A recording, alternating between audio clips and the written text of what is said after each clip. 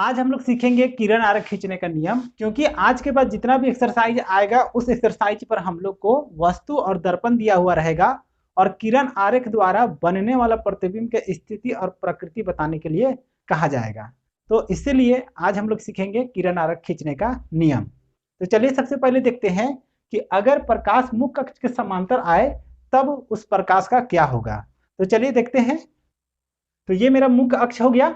अब प्रकाश जो है वो इसके समांतर आएगा, मुख्य अक्ष के समांतर आएगा इस तरह से। यह अवतल दर्पण का केस में है और यहां पर चलिए उत्तल दर्पण का केस में कर लेते हैं, है ना। ये दोनों क्या है, मुख्य अक्ष के समांतर आया। तो उत्तल दर्पण रहेगा ना, तो इस तरह से यहां एफ से गुजरेगा। और अगर अवतल दर्पण रहेगा, अवतल दर्पण रहेगा तो वो एफ से गुजरेगा और उत्तल दर्पण रहेगा तो वो एफ से फैलता हुआ प्रतीत होगा। मतलब ये इधर भाग जाएगा और इसको जब हम लोग इधर डॉट डॉट डॉट करके मिलाएंगे तो वो कहां पहुंचेगा, एफ पर पहुंचेगा। मतलब प्रकाश किरण इधर आएगा और इधर से इधर भाग जाएगा। तो यही चीज को हमको याद रखना है कि अगर मुख्य अक्ष के समांतर अगर प्रकाश किरणें रहेंगे तो परावर्तन के बाद या तो वो मुख्य अक्ष से गुजरेगा या तो मुख्य अक्ष से फैलता हुआ दिखेगा। ठीक है। दूसरा नियम है हम लोग का कि यदि प्रकाश फोकस से गुजरे, मतलब अगर प्रकाश यहां से गुजरेगा तो क्या होगा। तो देखिए कि अगर प्रकाश किरण को हम यहां से इस तरह ले आए हैं, प्रकाश इधर से गया, तो परावर्तन के बाद क्या होगा, ये मुख्य अक्ष के समांतर हो जाएगा। देखिए इस तरह से यहां आएगा, अब मुख्य अक्ष के समांतर इस तरह से भाग जाएगा। इधर से गया, यहां से टकरा करके इधर आ गया। अब हम लोग का तीसरा नियम है क्या, कि यदि प्रकाश ध्रुव पर पड़े, मतलब कि ये मेरा क्या है, ध्रुव है, यहीं पर अगर प्रकाश पड़ेगा तो क्या होगा। तो चलिए देखते हैं। तो एक प्रकाश किरण यहां पे आते हुए हम लोग खींच लेंगे। यहां आने के बाद देखा गया क्या कि जितना कोण यहां बनता है ना, उतना ही कोण बनाते हुए ये इधर परावर्तित हो जाता है, मतलब ये इधर भाग गया।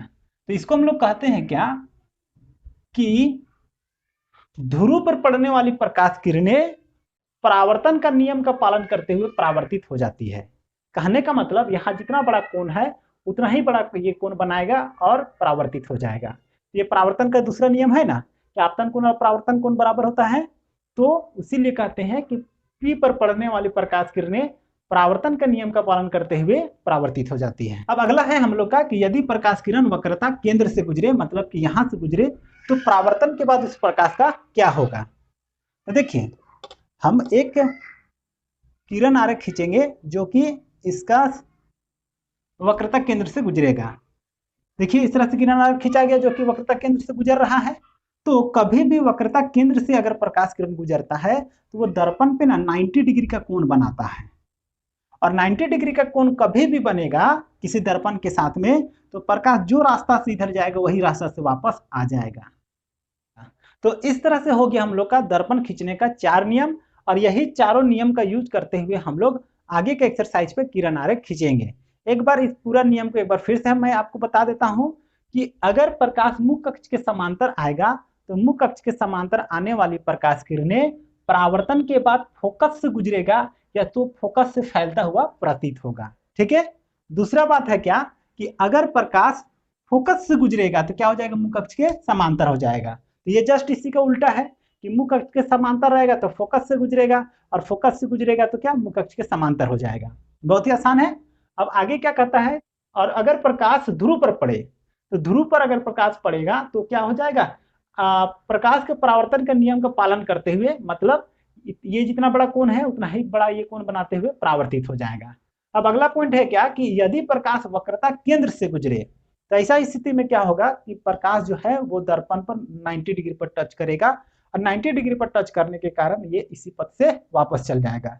इस पे आपको क्वेश्चन भी पूछता है, आपको पूछेगा कि मुख्य अक्ष के समांतर आने वाली प्रकाश किरणें परावर्तन के बाद कहां से गुजरेगा, तो इसका आंसर होगा कहां, एफ से। अगला क्वेश्चन आपको इस तरह से पूछ सकता है कि यदि प्रकाश एफ से गुजर रहा है, मतलब कि फोकस से गुजर रहा है, तो परावर्तन के बाद उस प्रकाश का क्या होगा।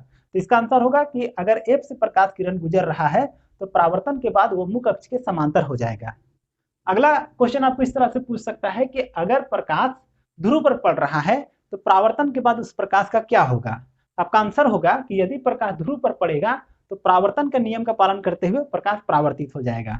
अगला क्वेश्चन आपको इस तरह से पूछेगा कि यदि प्रकाश वक्रता केंद्र से गुजर रहा है तो परावर्तन के बाद उस प्रकाश का क्या होगा। तो आपका आंसर होगा कि यदि प्रकाश वक्रता केंद्र से गुजरता है तो वो दर्पण पे 90 डिग्री पर टच करता है और इसके चलते हुआ उसी पथ से वापस हो जाता है। तो उम्मीद करते हैं कि आपको ये किरण आरेख खींचने का नियम समझ में आ गया होगा और इससे किस तरह का क्वेश्चन पूछा जाता है वो भी समझ में आ गया होगा। आज के लिए इस वीडियो पर इतना ही।